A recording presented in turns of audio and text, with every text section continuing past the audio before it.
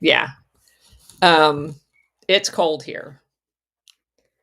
So, and my poor son-in-law had to go caddy for golf the first thing this morning. Oh, that sucks. Yeah. And he was like, the only good thing is you can use the golf cart. You don't have to necessarily carry the bags on these cold mornings, but that really doesn't help because the speed of the golf cart makes it even colder. So it went Amen. it went I- quicker, but it was still freezing. I can testify to that one. Okay. So, but I will say the sun's out and shining, so that'll make it at least a little bit better. Um, doesn't stay cold long here, so Can you add Sarah as a co-host? I just did. Okay, great. Thank you. You're welcome. All right, we're going to go ahead and get started. As I said yesterday, this chapter 7 talks about the Organization of American States, OAS. And if you guys remember when we were first doing Operation Gladio, we came across OAS in Latin America, and that's different from the OAS Gladio unit in France. They were also referred to as OAS. So just for clarification, the Organization of American Satellite States, or American States, came up much earlier, a few years ago, with its affiliation with the World Anti-Communist League, WACL, and the Gladio operations throughout Latin America. So we have talked about this organization before. Basically, it functions somewhat as a non-military type NATO organization, like the OCEAN in Southeast Asia, that type of an organization where they get together and kind of supposedly cooperate with each other. But we're going to see how nefarious they are today. This chapter starts off in February 20th of 2019, where Maria Faria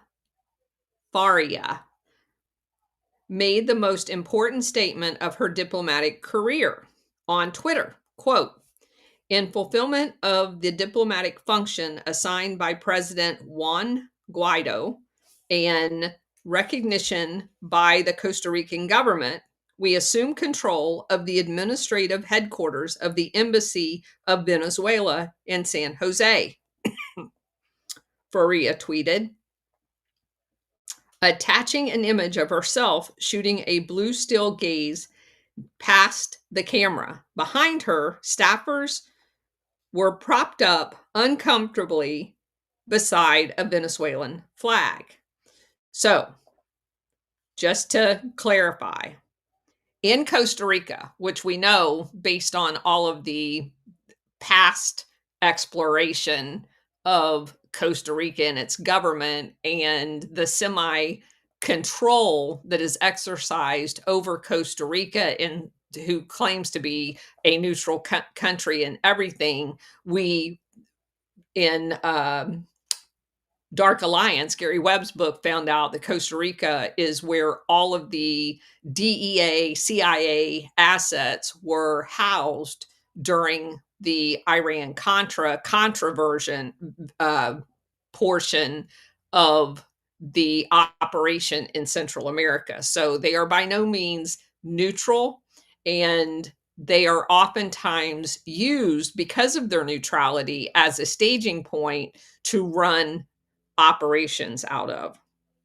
So they step right up and announce that they're taking over the embassy in Venezuela on behalf of Guido, however you say his name.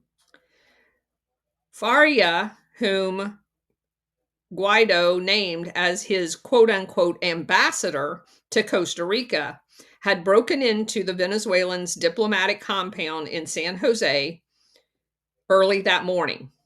A senior Venezuelan official later said that she had gained access to the embassy by bribing the building's owner into handing over the keys. Putting on her diplomat hat, she looked proud of her feat in the image she posted on Twitter. But as the day progressed, that feeling must have given way to humiliation. Within hours of the break in, Costa Rican's foreign ministry declared the government in San Jose deplored her unacceptable entry into Venezuelan's embassy and expressed a strong rejection of the performance that she posted. Having sufficiently outraged her host country through her unilateral takeover of the Venezuelan embassy, she was forced to cancel a press conference scheduled for later that afternoon, telling reporters she would instead spend time discussing her action with Costa Rican Foreign Minister Manuel Ventura Nobles. It was only her first day, and she had already been summoned to the principal's office.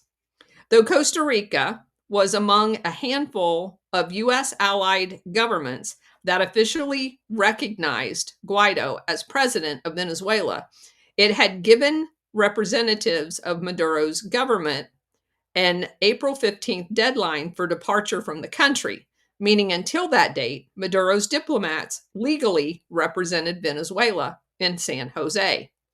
When those dignitaries arrived for work on the morning of her break in, a group of violent Guaido supporters physically blocked them from entering the embassy. Two of the thugs photographed assaulting the diplomats were identified as the son of Eduardo Manuet, a former Chavista governor who fled on corruption charges in Venezuela in 2009. So he was actually in Chavez's government and charged with corruption and fled the country. So he's now down in Costa Rica confiscating the Venezuelan embassy. The Menuet boys were the perfect duo to play diplomatic bouncer for the new fake diplomat. She also was this Maria Faria, however you say her name. She also had a father who was a Venezuelan fugitive. Her father, Colonel Jesus Faria Rodriguez, had fled Venezuela in 2006 after breaking out of prison, where he was serving a 9-year sentence for overseeing the Dakari farm plot, a foiled plan to assassinate Hugo Chavez by disguising himself as a Colombian paramilitary fighter and plotting a coup in Venezuela. So, 2 criminals now. At the time of the elder Faria's prison break, a since-deleted article in the Venezuelan outlet El Nacional reported that the retired colonel had 3 children, including a daughter who had recently graduated as an accountant. The younger Faria education left her seemingly unprepared for her diplomatic job. As Costa Rican's government said, her break-in at the embassy and subsequent tweet violated diplomatic norms of respect and trust in relations in international community.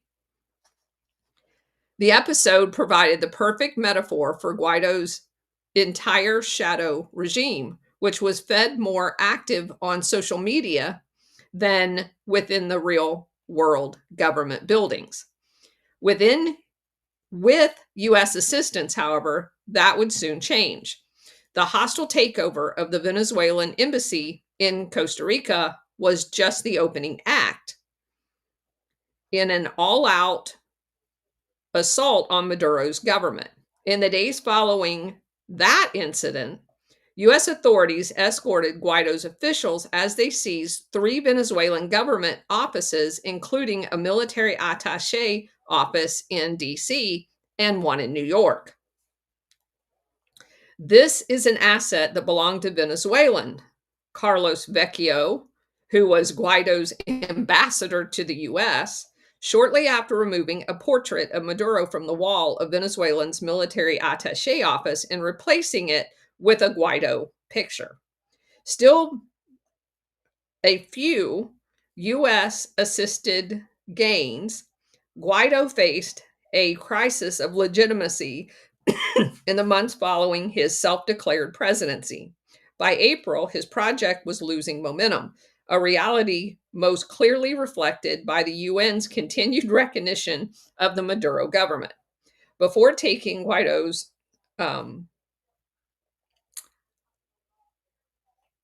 his quote unquote administration to Manhattan, however, the Trump administration would test its regime change strategy on the UN's regional equivalent of the Americas. A former Honduran government minister once wondered aloud, what happened to Luis Almagro? What did the US government have on the OAS Secretary General that made him so eager to act as perhaps the most loyal servant of Washington? Having served as the foreign minister of Uruguay under Jose Pepe, I'm not even going to try to say his name, Mujica,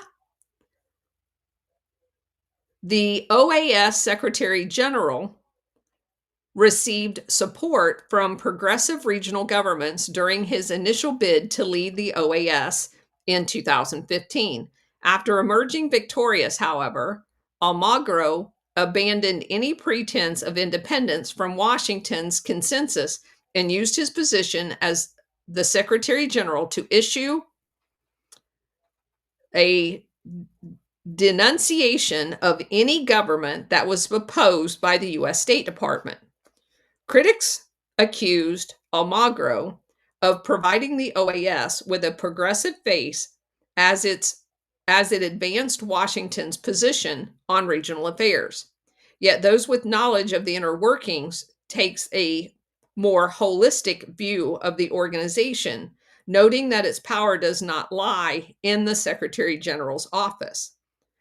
Almagro has unfortunately put himself in a situation in which he gets blamed for a lot because he talks too much, Sir Ronald Sanders said to Anya, referring to his regular Twitter activity and provocative public statements. According to Ambassador Sanders, who had represented Antigua and Bermuda before the OAS since 2015, though the charge that Almagro dictated the organization's agenda is a popular opinion, it just isn't true. The OAS is its member states, the dignitary said. He insisted that OAS policy was not set by the Secretary General, but by the representatives of the 34 member states. Such a comprehensive evaluation of OAS's function did not let Washington off the hook for its effort to subjugate regional governments. The decidedly pro-US bend of Almagro's OAS directly coincided with several US-backed regime change campaigns.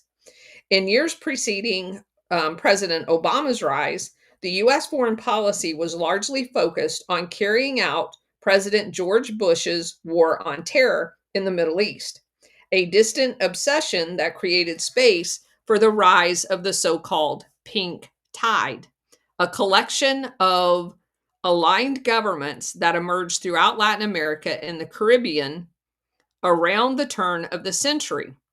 Seemingly overnight, progressive leaders, many of them inspired by Venezuela's revolution, arrived at the helm of their governments in Argentina, Paraguay, Brazil, Bolivia, and other states, nations, with Chavez as their de facto lone star.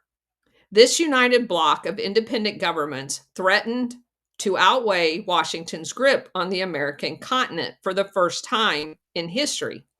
During that period, Chavez even initiated a plan to establish a regional Latin American bank that U.S. financial institutions didn't control, which, again, as we noted earlier, is what Gaddafi tried, and it ended up in his death.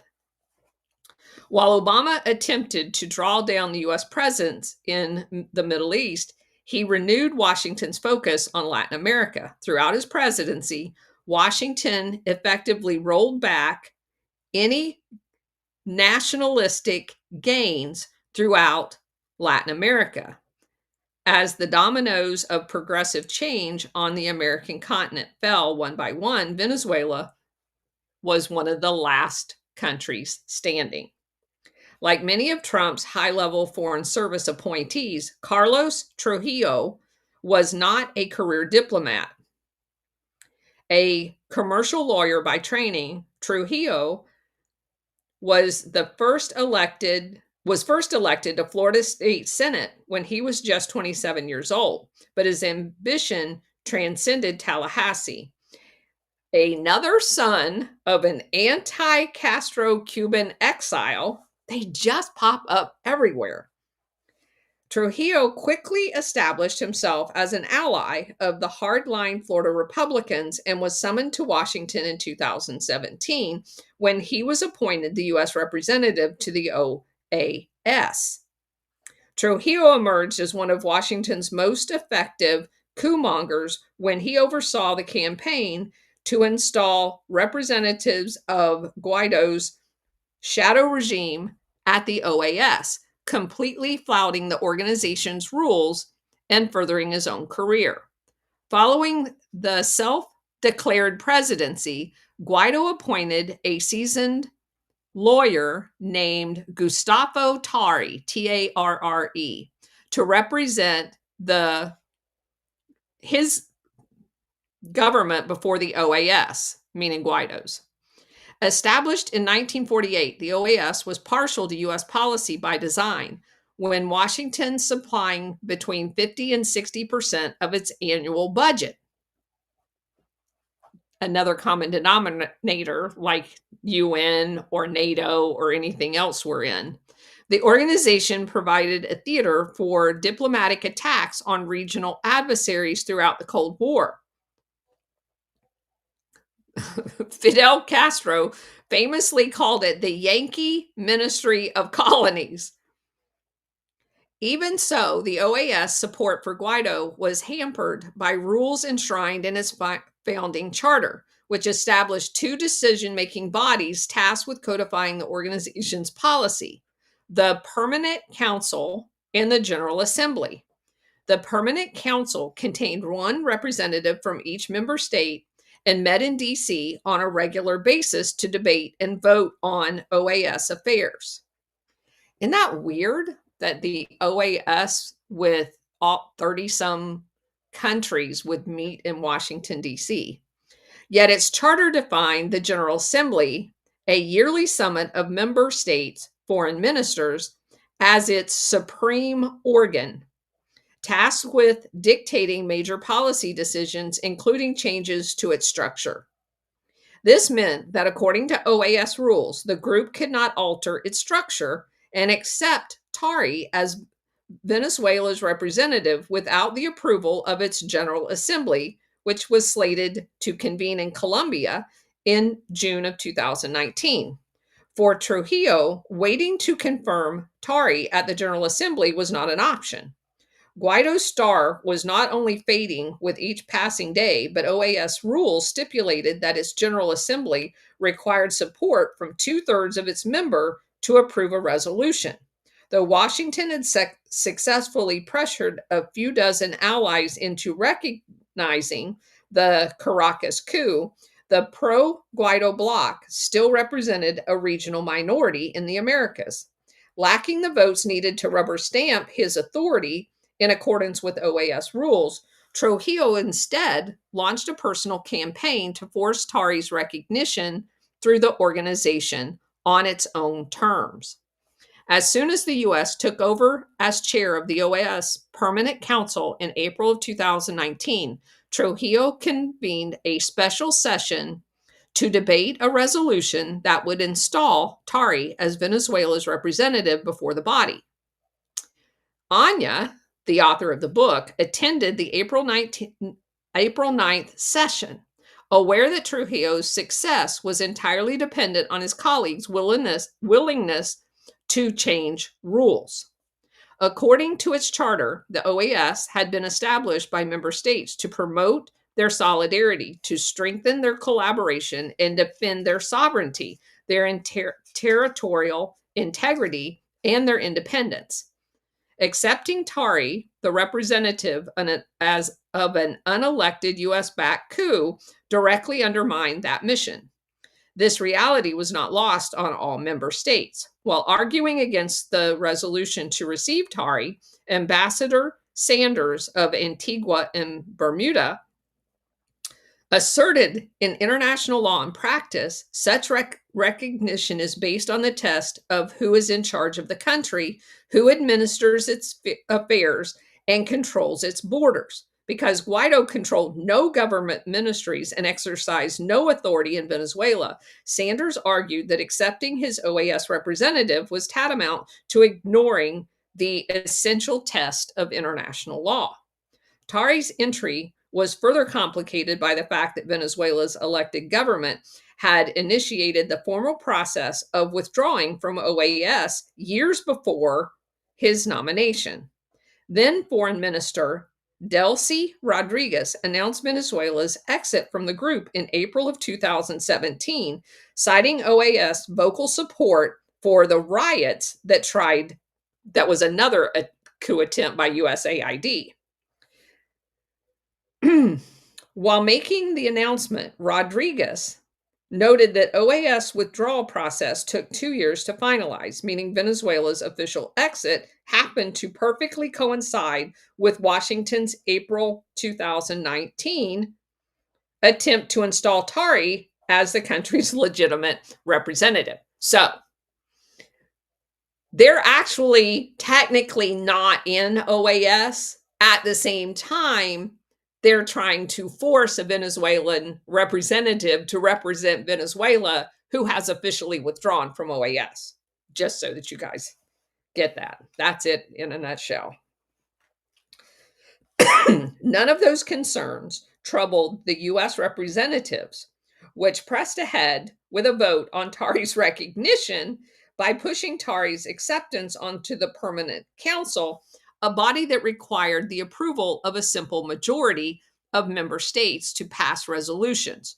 Trujillo hoped to sidestep the higher two-thirds majority needed at the General Assembly, which is where it should have been brought to. But they couldn't wait, because if they waited for the General Assembly, then Venezuela would not technically completely be out of the OAS. So it was imperative that this be brought in April when they still were technically not in OAS. But at least it was the same month. So,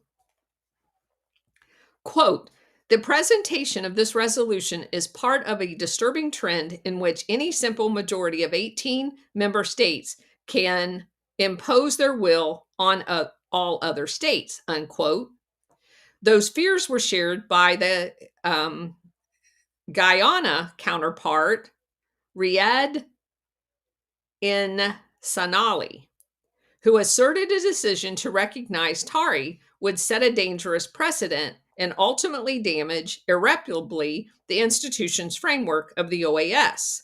There was lots of debate which took place, and it was ironically taking place in a room named after Bolivar the guy who was the inspiration for Chavez's entire campaign.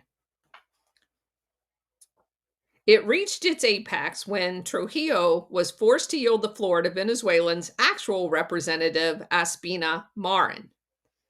Quote, I am the Venezuelan representative, and there is no other. That is why I am seated here, unquote. She turned to face the U.S. counterpart and stated, quote, you cannot appoint a head of my delegation. You, Mr. Chairman, do not have that power, unquote. Unfazed by Marin's intervention, Trujillo moved the meeting along without acknowledging her comments. Minutes later, a simple majority of present OAS Permanent Council representatives voted to accept Tari by a margin of 19-6. 6 other countries, including Venezuela's ally, Nicaragua, abstained from a vote, while another, Belize, missed the session altogether. You have converted the OAS into an empty shell that has violated its own principles, and you're now proving that our decision to withdraw was the correct one. We are leaving the OAS and we will never come back, Marin declared.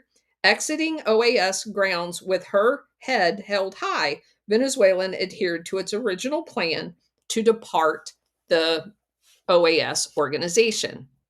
So we've got a fake government, a fake OAS representative. And moments after the vote, Trujillo cheerfully mingled with his fellow reporters and Guaido delegates, including Tari, in the OAS gallery.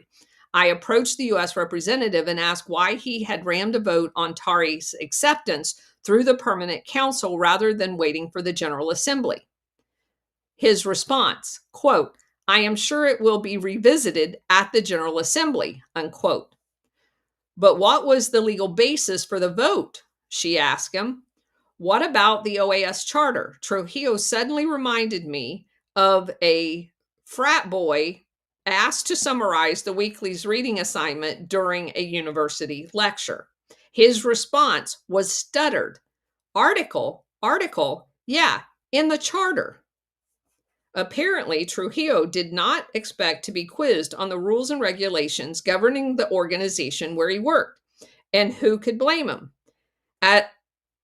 As Ambassador Sanders told me in 2022, Trujillo always had his eye on becoming the Deputy Assistant Secretary of State, but could only secure that post if he did what he was told at the OAS. He was later promoted to Assistant Secretary of State for Western Hemisphere Affairs in March of 2020. So, Trujillo's total lack of regard for diplomatic law, Trump's administration successfully converted the OAS into an instrument of the coup policy.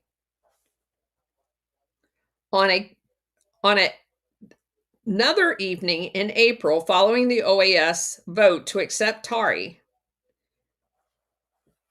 the author was in Washington, D.C., and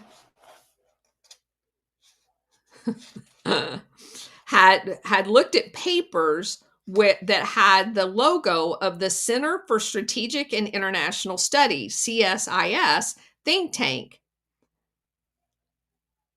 And beneath the title, on the paper, was the title, Assessing the Use of Military Force in Venezuela. They indexed the name of several State Department and USAID officials, along with Guaido's DC-based representatives, including his quote-unquote U.S. ambassador, Carlos Vecchio. Representatives from Brazil and Colombia's U.S. embassies were also listed, as were heavy hitters, including former head of U.S. Southcom, Kurt Tidd, Tidd, and Roger Noriega, Washington's OAS representative under the administration of George Bush.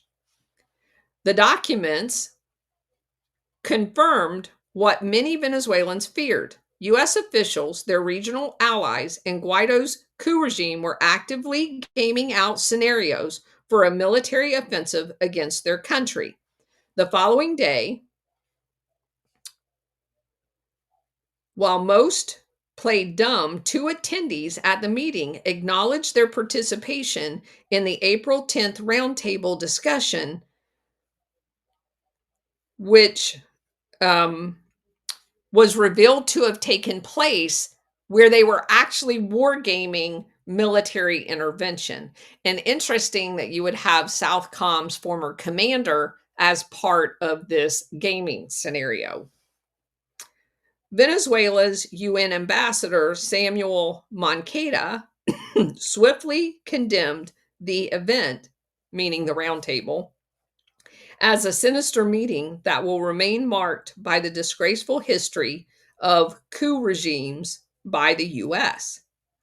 CSIS, funded by the largest U.S. oil companies, arms producers, and the U.S. government, can only be what it is, an organ promoting U.S. colonial wars, the Venezuelan diplomat said. Indeed, since its founding amid the Cold War, CSIS had established itself as one of Washington's premier pro-war think tank. And it's come up in many of our regime change conversations as well. It was founded as part of a Georgetown University International Relations Department. And again, Georgetown is a favorite recruiting place of the CIA. CSIS evolved into a private project of U.S. Secretary of State Henry Kissinger upon his retirement from government in 1977. It's very similar to the one that Kissinger set up as a CIA front on Harvard that got outed as a CIA front. Drawing on seemingly endless streams of arms, banking, and oil industry supplied funds, CSIS provided a training camp for some of Washington's most influential policymakers, including Madeleine Albright and Anthony Blinken. While priming the minds of Washington's neoliberal diplomatic corps, CSIS served as an incubator for U.S. foreign collaborators abroad, including the man eventually tapped to represent Venezuela's U.S.-backed coup government at the OAS, Gustavo Tari. So Tari, the guy who's pretending to represent Venezuela at the OAS, was a graduate of the school. Tari's background highlighted the nature of the Venezuela coup attempt. Having fled Venezuela in 2014 after he was implicated in an alleged plot to assassinate President Maduro, by the time of his appointment to Guaido's shadow regime, Tari had established himself as a leading voice of Venezuela's opposition within the DC think tank network, working as an advisor to the Inter-American Dialogue before joining CSIS as a senior associate. Considering his history, it isn't surprising to find Tari's name listed among the individuals that gathered to plot the next coup. Following this exposure, Tari was tracked to the OAS halls to question them about their participation in the summit. Anya's first encounter with David Smolansky, a Tari underling who earned his stripes as part of the US-backed Generation 2007 movement, which we already covered, she asked, "Why was your name on the CSIS list?" Suddenly, he got a very straight face and said, "You know that because you were the one that published it," he said. I was there. I was invited to the meeting. When asked to share what was discussed at the session, he accused Anya of supporting a Russian and Cuban invasion of Venezuela and stormed off. His boss did not.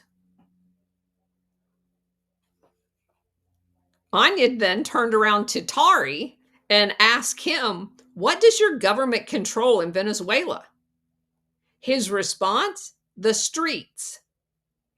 She then responded to him saying that she had visited Venezuela just 2 months ago and found no evidence that Guaido controlled anything in Venezuela.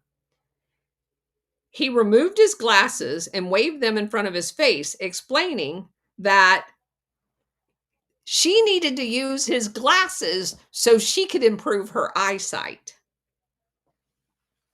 Within 24 hours of Trujillo's victory at the OAS, the U.S. sent its forces to a new theater of diplomatic war, the United Nations. Leading the effort was Vice President Mike Pence, who appeared before the UN Security Council on April 10th with a simple mission to pressure the members into following the OAS lead and officially recognize Guaido's coup in Venezuela as the legitimate government. Quote, this is what Pence said. This body should revoke the credentials of Venezuelans' representatives to the UN, recognize President Guaido, and seat the representatives of the free Venezuelan government in this body without delay. Then, the Venezuelan UN ambassador at the time, by the way, was Samuel Moncada, who we've talked about. With all due respect, Mr. Ambassador, you shouldn't be here, Mike Pence went on. You should return to Venezuela and tell Nicolas Maduro that his time is up. It's time for him to go. Mercado took breaks from looking at his phone to look at the vice president directly and shook his head. Anya then traveled to New York City shortly before Pence's performance to discuss the escalating diplomatic row with Ambassador Mercado and followed up on the previous interviews she had done with the foreign minister, Aziza, who was also in town, by the way, for this meeting. On the day of her scheduled interviews, the U.S. Secretary hit Aziza with personal financial sanctions, marking the first time in history that Washington targeted a sitting foreign minister with such penalties. Treasury Secretary Steven Mnuchin made it clear the measures were designed to punish Aziza for simply doing his job. Treasury will continue to target corrupt Maduro insiders, including those tasked to conduct diplomacy and carrying out justice on behalf of what Steve Mnuchin labeled an illegitimate regime. And he said this while announcing the sanctions. When Anya met with Venezuelans delegates in New York, following the Treasury announcement, Aziza didn't seem bothered by it. Quote, it's supposed to mean that all my goods, assets, and bank accounts in the U.S. are frozen, he said. I have one bank account in Caracas in their currency. Aziza explained that while he was not impacted by the sanctions financially, they could complicate any further travel to the U.S.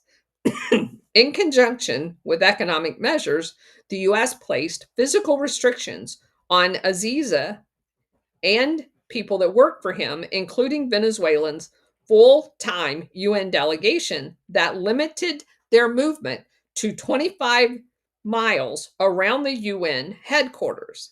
In Aziza's view, the measures were meant to send a message to other foreign officials not to challenge Washington like he did. Washington penalized the diplomat hours after he launched an official UN campaign to research and document the impact of unilateral U.S. sanctions on Venezuelans' population. Quote, I knew they would react this way because they have an instinct in this administration. They are like things in a barrio. To illustrate their behavior, Aziza informed me that U.S. officials had previously attempted to bribe him and his colleagues into defecting from Venezuela. He claimed that Elliott Abrams and others had promised money, visas, to live in the US, green cards, and places at universities for their children if they would just leave Venezuela and Maduro. Following the interview, Ariza grabbed his suitcase and hurried off to catch his flight back to Caracas. A member of his staff later told Anya they spent the entire journey home worrying that U.S. officials would arrest them for violating Washington's restriction on their movement. Having finalized their travel arrangements before the rules were imposed, they had a layover in Atlanta, Georgia, which of course was beyond the 25-mile radius, and they were afraid they were going to get arrested. Ambassador Mankato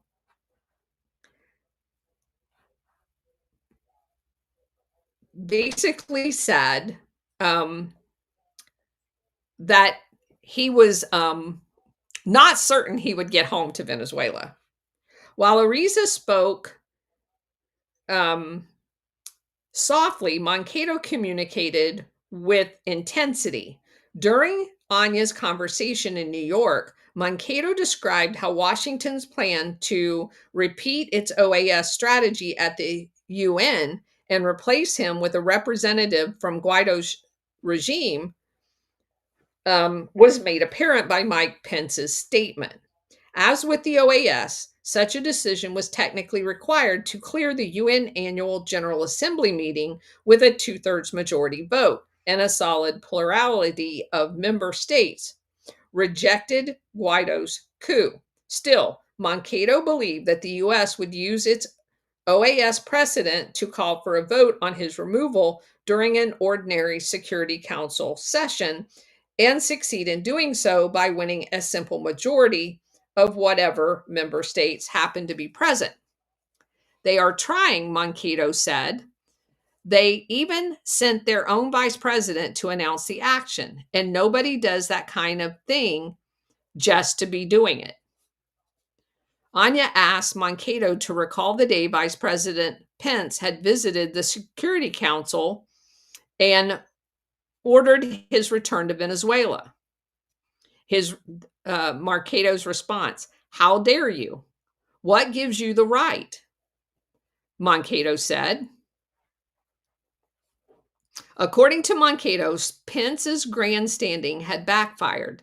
That's not diplomacy, it's bullying, and it will be viewed as bullying by everyone else. He continued, "I thought this can only act in our favor. If he thought that he was doing harm to myself or to Venezuelan government, I think he overdid it in such a way that we gather sympathy from the rest of the world." Mankato was not a career diplomat. For decades, he worked as a professor in history in Venezuela, only entering government when Chavez tapped him to be the Minister of Higher Education in 2004. From there, he went to work as Venezuela's ambassador to the UK before serving a brief time as foreign minister in 2017. Mankato worked in the UN since then, representing Venezuela before both the OAS and the UN. Despite a decade of experience, Mankato revealed that he will always be a historian at heart, often punctuating his analysis with anecdotes and analogies from history. He displayed this especially when discussing the secret CSIS meeting to plan the invasion of Venezuela. He compared the gathering to the notorious Wannsee Conference of 1942, where Nazi and US and SS officials devised the final solution. Of course, it is not the same scale, but it's a similar feeling. 40 people met in Washington to plan the killing of hundreds of thousands of Venezuelans. Mankato was particularly concerned that the OAS would escalate threats against his country following the acceptance of Tari. They just picked someone from a Washington think tank which is paid by weapons manufacturers and oil companies. And they put him there as a Venezuelan representative. Believe me, what that man is going to do, he is going to ask sooner or later for military intervention in his own country, which we see Maria doing on X every day. Mankato unease was not unfounded. In the months following, the OAS voted to invoke an Inter-American Treaty of Reciprocal Assistance, a regional agreement similar to NATO's Mutual Defense Pact against Venezuela, declaring the country a threat to the security of the region. As Mankato predicted, Tari voted in favor of applying TIAR, also known as the Rio Treaty, to his own homeland. Tari did not hide his lust for war while participating in a subsequent CSIS panel labeled "Can the Rio Treaty Help Venezuela?" Seated next to Bush Jr., devotedly an anti-Venezuelan person, along with William Brownfield, Tari declared that all possibilities opened by the treaty must be on the table, conceding that most OAS governments would not support direct military intervention. Tari instead advocated for the imposition of a no-fly zone in Venezuela, a policy that would require member states to use military force against any aircraft flying in the country's airspace. That's crazy. In Syria, there had been the use of force to give food and medicine to people, Tari insisted, and I am openly open to that type of solution. So he wants to turn Venezuela into Syria. It is hard to imagine how anyone could look at a decade-long US-backed war in Syria, a violent and costly campaign that left hundreds of thousands of civilians and soldiers dead, and advocate for using it on your own country. Of course, that man doesn't have his family in Venezuela, Mankato said of Tari, asserting he and his CSIS colleagues sought to spill U.S. soldiers' blood in Venezuela, as well as Venezuelan family blood. Indeed, Tari and CSIS financial backers, including Chevron, Northrop Grumman, ExxonMobil, and Boeing, would get rich from a war in Venezuela that resulted in the reprivatization of natural wealth. According to Mankato, never in the history had Venezuela faced a threat of such bloodshed. To dedicate your life to stopping that catastrophe is worthwhile. For most dignitaries stationed at the UN in New York, the job is a glamorous gig that enables fruitful connections and future job opportunities in the international diplomacy corps. This is not the case for Mankato and his staff. They were there to prevent the next regime change occurring in Venezuela. For Venezuelans seeking to prevent a U.S. invasion of their homeland, the sacrifice was worth it. Personally, my family lives in Venezuela, and the only one outside is myself, he said. They could be subject to all the killing and the awful stuff that they are advocating. So, that's the end of that chapter. Nice how these chapters end up being 1 hour increments for the progression of our book. But anyway, that just, go ahead, Bridget. I was just going to say, I really enjoy this. I have enjoyed this book for perspective, especially on current events. You know, it just adds so much more context. Well, you know, again, you can't take everything as the gospel. Correct. Again, it's another perspective. And that's kind of my take on it. you can take whatever information you want away from the author. She uses a lot of kind of provocative words, which I tend to leave out.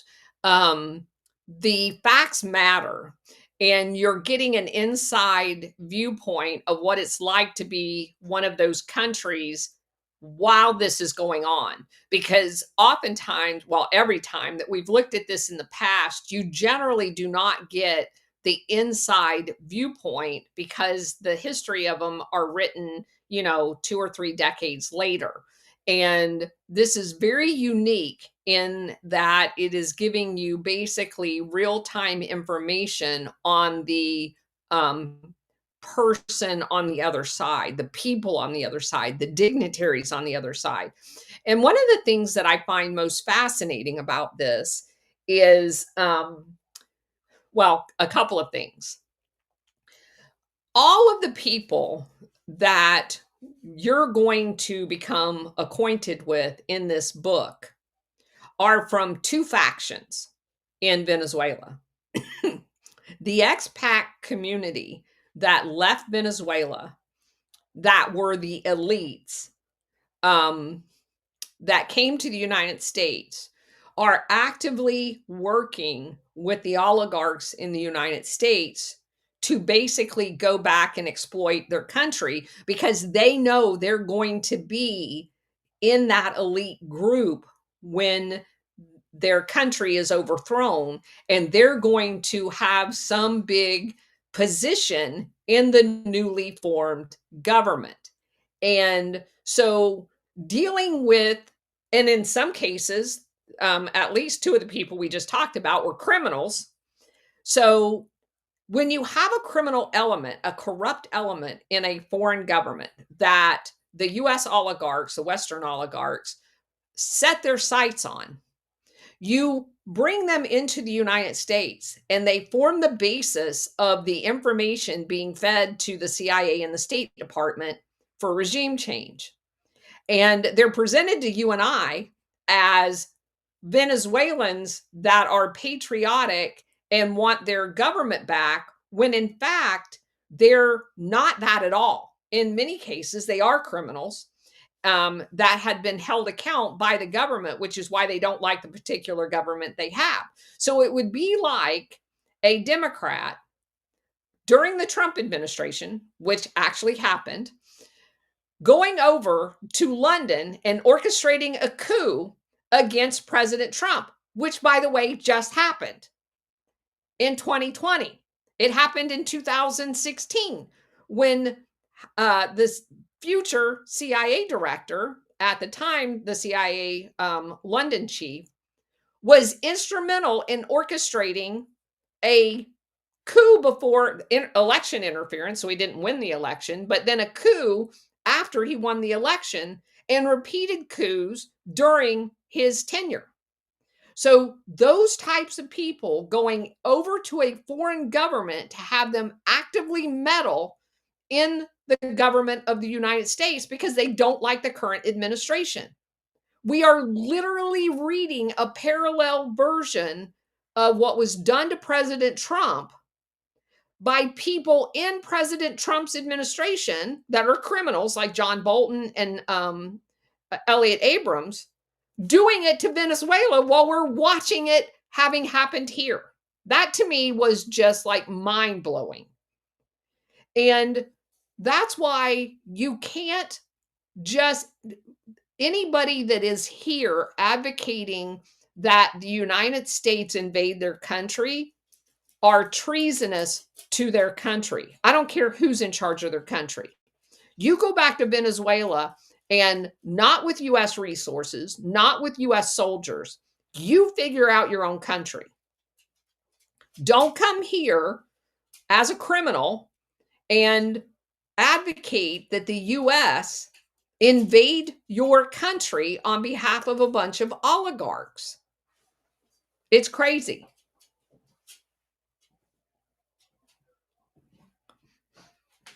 SR, did you have anything? Thank you, Carolyn, and welcome everyone today, and Veterans Day for all our veterans. Oh yes, happy Veterans Day. Well, so A shout out to all the vets. That said, thank everybody for being here and on Rumble. But I'm looking at the OAS, the Organization of American States.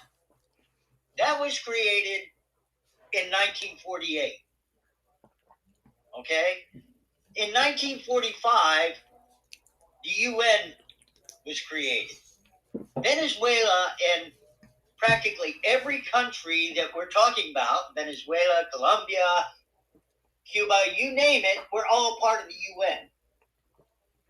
So it sort of blows my mind as to why we needed OAS, a specific organization that's supposed to monitor elections, supposed to monitor human rights. They're supposed to monitor drug trafficking, terrorism, and organized crime, and foster economic growth, when that should have been done by the UN. It just blows my mind that we created one specifically for South American countries in that region. So, I don't think it's all of. I'm not going to say it's. I have two thoughts on that. It makes sense to have regional, geographically regional organizations to collectively work together. We have the one for Southeast Asia, like SEAN or OSEAN, whatever it is, that collectively work out trade among themselves. So, and you're right, they were all formed in the immediate aftermath of World War II, and most of them have been co opted to do things that they weren't originally designed to do. So, it's almost like having many UNs just for your region. Could it have all been done under the UN? Yes. Um, but it does make sense that if you live in Latin America and you want to trade with your neighbors, that you would have kind of like a co-op in order to work out all of those details from a regional perspective, because trade in Latin America among themselves is very different than trade, like, for example, with the Asian culture in Southeast Asia, which is what the SCAN is for. So having those regional trade associations, obviously, the nefarious part of that, so that's the good part of it, and that part makes sense to me. The nefarious part of it was why they were actually set up to begin with. And if you look at the EU was birthed from a trade association that was set up for steel and things like that in the immediate aftermath of World War II as a stepping block to create the EU, because the EU was going to be a mechanism to control all of Europe, financially, trade wise, in a bad way. And that's exactly what OAS ended up. And that's exactly what the Southeast Asia one ended up being, because they were all controlled by the nefarious bad guys. And the only one that was not formed by the nefarious bad guys was the organization that Sukarno was one of the original founders of the non-aligned, which is now basically BRICS, organization that had everybody that didn't want to participate in the organizations like OAS and the EU and those, the non-aligned movement. They all, and it was most of Africa, they all got together and basically said, we don't want to be in the Soviets camp and we don't want to be in the West camp. We just want to trade together. That was one of the only legitimate groups that knew they could not sustain their own independence from the West and the oligarchs, the international syndicate, unless they grouped together independent of their control. And of course, we know what happened to almost every one of those countries. They were eventually overthrown, as was the case in Indonesia. And Sukarno was severely punished. They attempted to coup him and then finally did get him couped. And Indonesia, lost hundreds of thousands of people in the aftermath of that second coup, all under the auspices that, they were communists when in fact they were non aligned. Even the communists that called themselves communist in Indonesia didn't really want anything to do with the Soviet Union. They were independent and they just wanted to be Indonesians. So you can see how it can be sold as a trade association of like brethren geographically, but at the same time, the nefarious hand behind all of it was there to control them and to use that forum, which OAS was used, like I said, to force the quote unquote anti-communist apparatus under the World Anti-Communist League down the throats of Latin America. And anybody that rejected it was like Nicaragua did, Honduras did originally. They just overthrew the government and imposed whatever it was that they wanted to. So it's like they corrupt everything.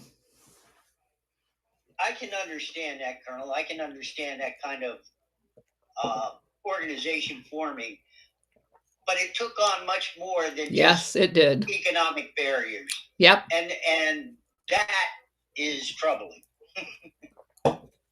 Yeah, they're going to try to control anything like that. And I mean, going back to Gaddafi, that's the whole reason they assassinated him, is because he was going to have a gold standard in Africa. He was going to get a trade association type thing set up with the African countries so they could all be non-aligned. They could get the West out of there that was basically stealing all of the resources, so that the African continent could finally, once and for all, exist and benefit from their own wealth. And that there was no way the West was going to allow that to happen. So anyway, anybody else got anything?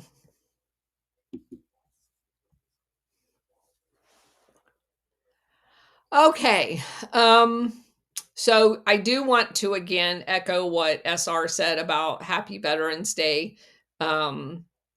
Definitely say your prayers for all the veterans out among us, and because there's definitely several of them, as you can see on Twitter, going through some hardships. And this is the day that we celebrate the sacrifice that everybody made in joining the military and serving their country, which obviously I think is a very good thing. And there is a lot of baggage for a lot of people that chose that as their career, even if it was for a relatively short time. So, yeah, gotta love those veterans. And I just want to say, give a shout out to places like Publix and all of the restaurants. I know I've been bombarded with go to one of the chain restaurants. Several of them do that and give veterans free dinner on Veterans Day. Publix gives everybody shopping there today that's a veteran a 10% discount on their grocery bill. And it's just such an awesome thing to see that the businesses honoring our veterans. I made the mistake. I don't know. I never because I didn't consider myself a veteran when I was on active duty, although I'm sure you could partake of that. But the first year that I was retired, I can't remember what restaurant it was. It was maybe Applebee's or Outback or something that was giving all the veterans a free dinner. And so I loaded up my two girls in the car, and holy crap, there was like a billion people at the restaurant. And I looked at my kids and I'm like, I'd rather pay for my dinner.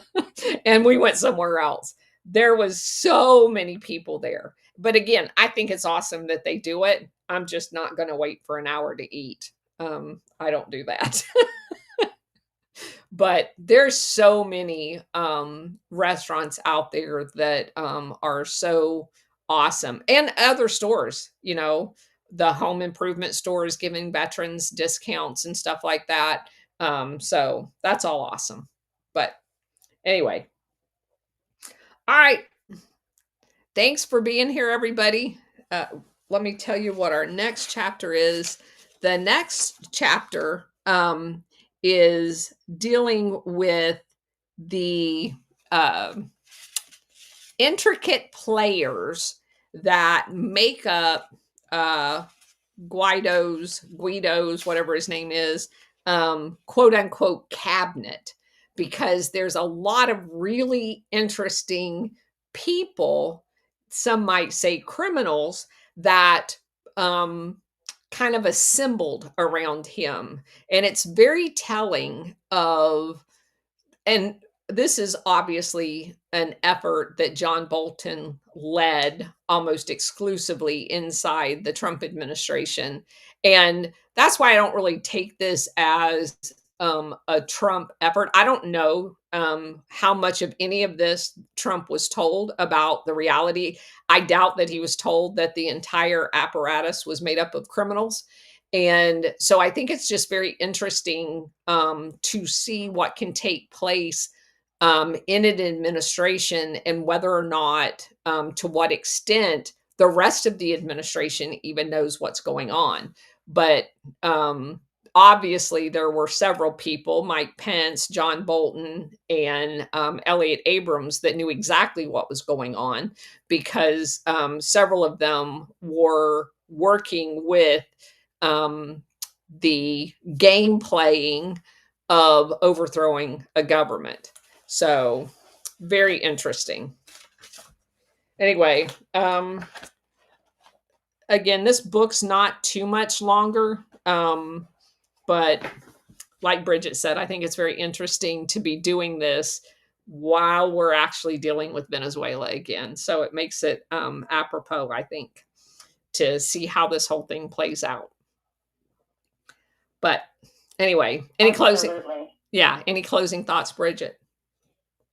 I don't know if you get a chance to watch that or listen to the Sean Ryan show. I do tend to peruse through some of his videos, and he just recently did one, or I can't remember, was released today or last night, with the guy who killed bin Laden. And it was kind of apropos because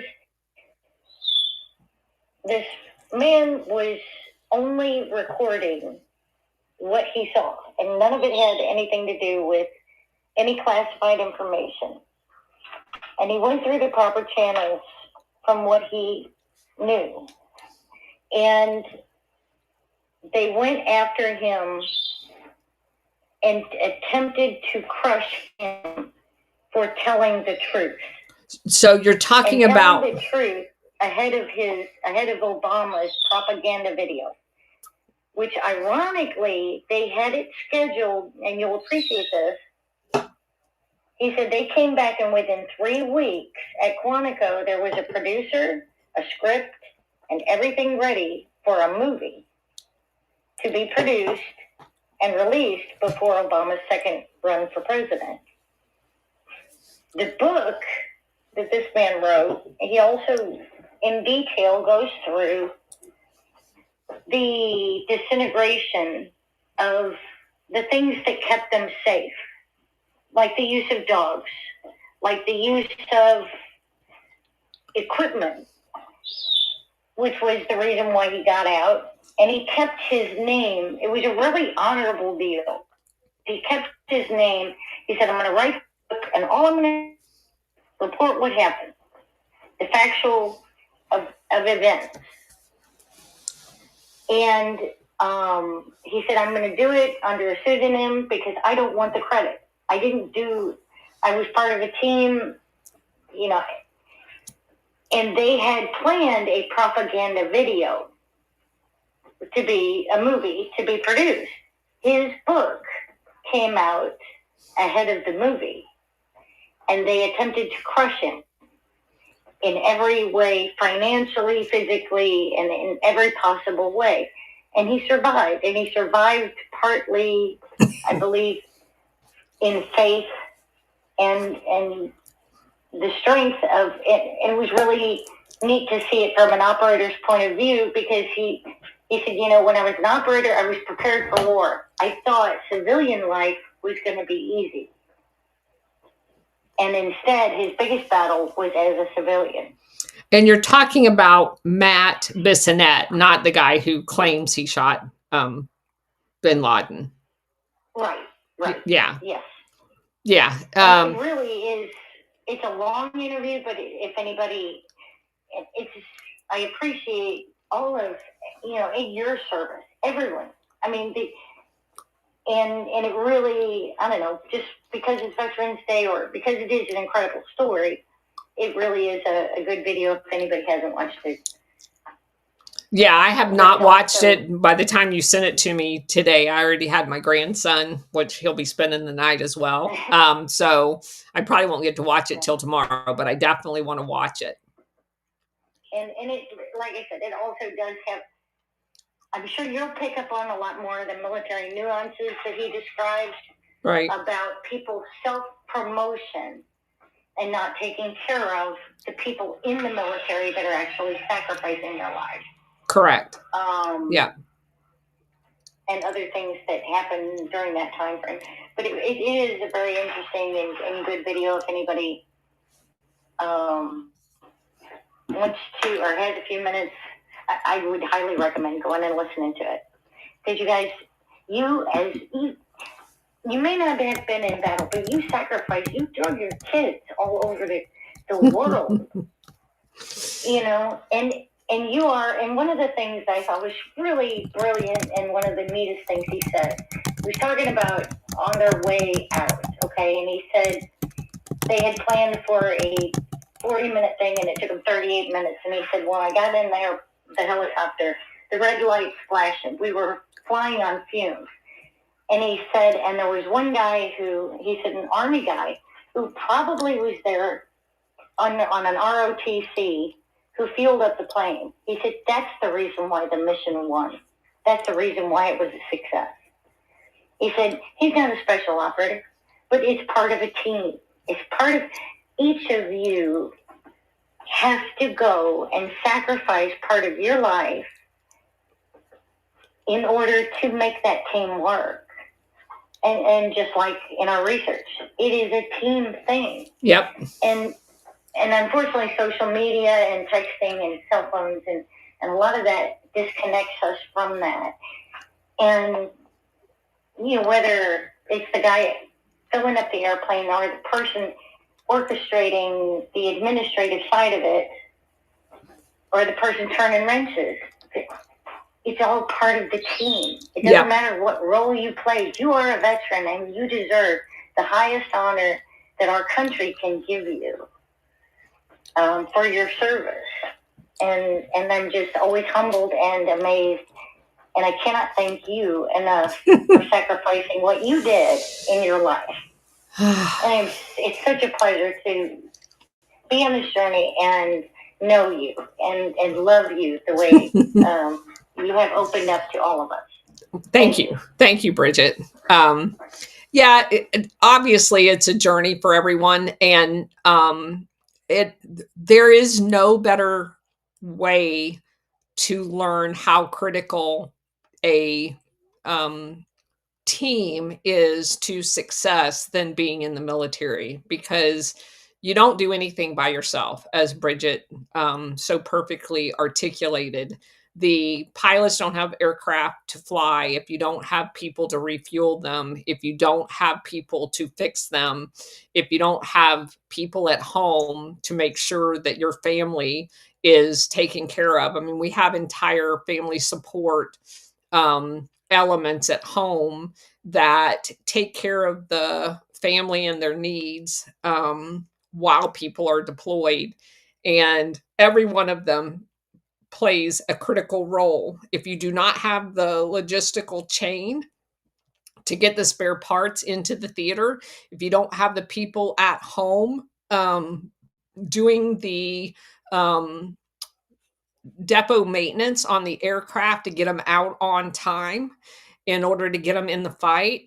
All of those things have to happen, and they have to happen seamlessly in order for you to be able to execute the mission. Everywhere one sniper goes, there's an entire logistical train of people that enable them to do what they do without having to worry about all of the other aspects of their daily life. When you deploy, you have people that make sure that you get fed on time, that there's things there to meet your personal needs. I don't even know if people know that the primary purpose that we have base exchange, like the shopping center on base, is because they are required to set up facilities deployed so that you have shaving items, that you have all your personal items available to you when you go forward.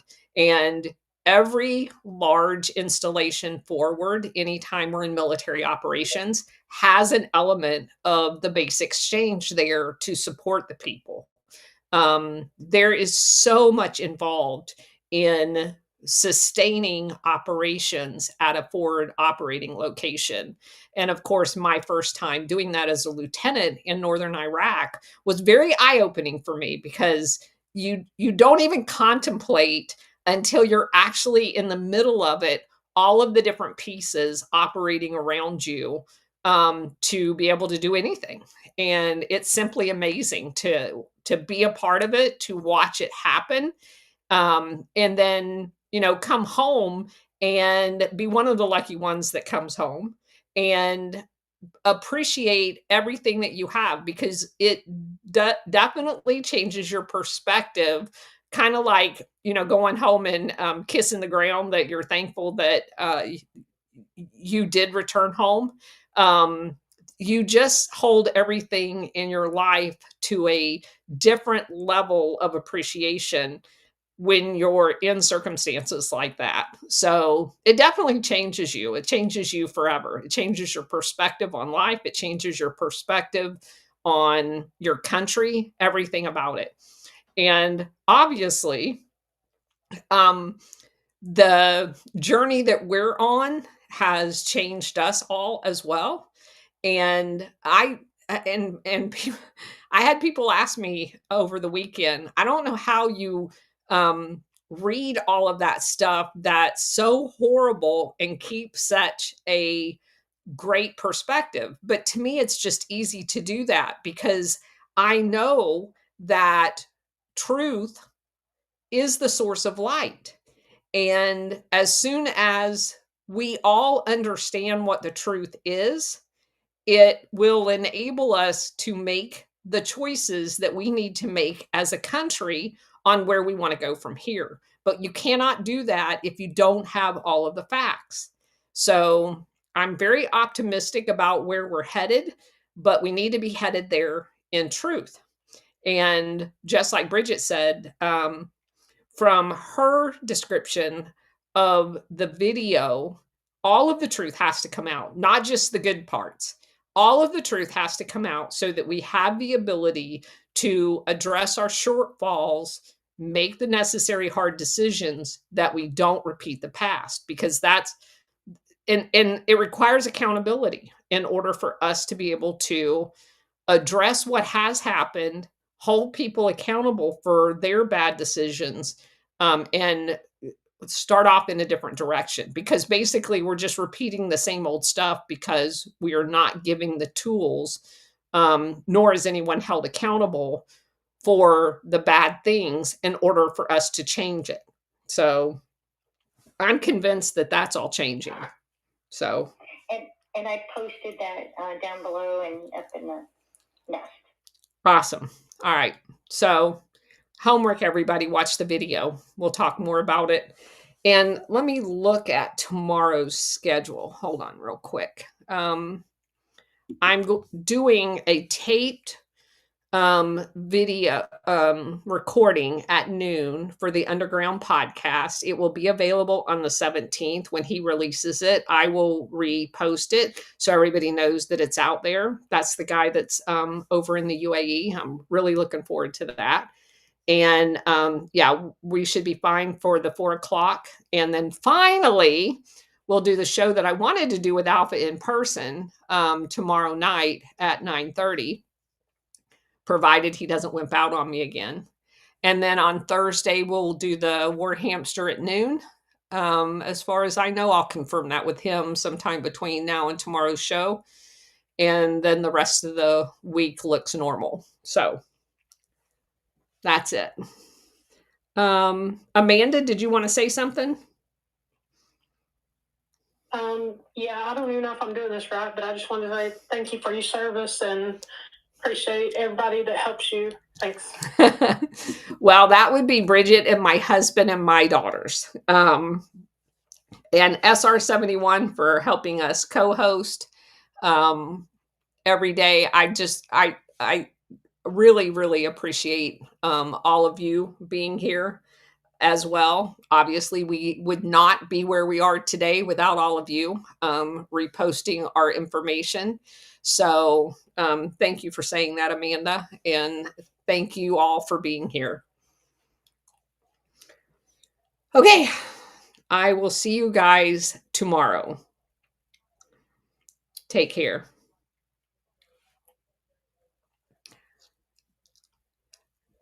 Okay. Let me get this calendar closed. Thank you guys for being here. Take care.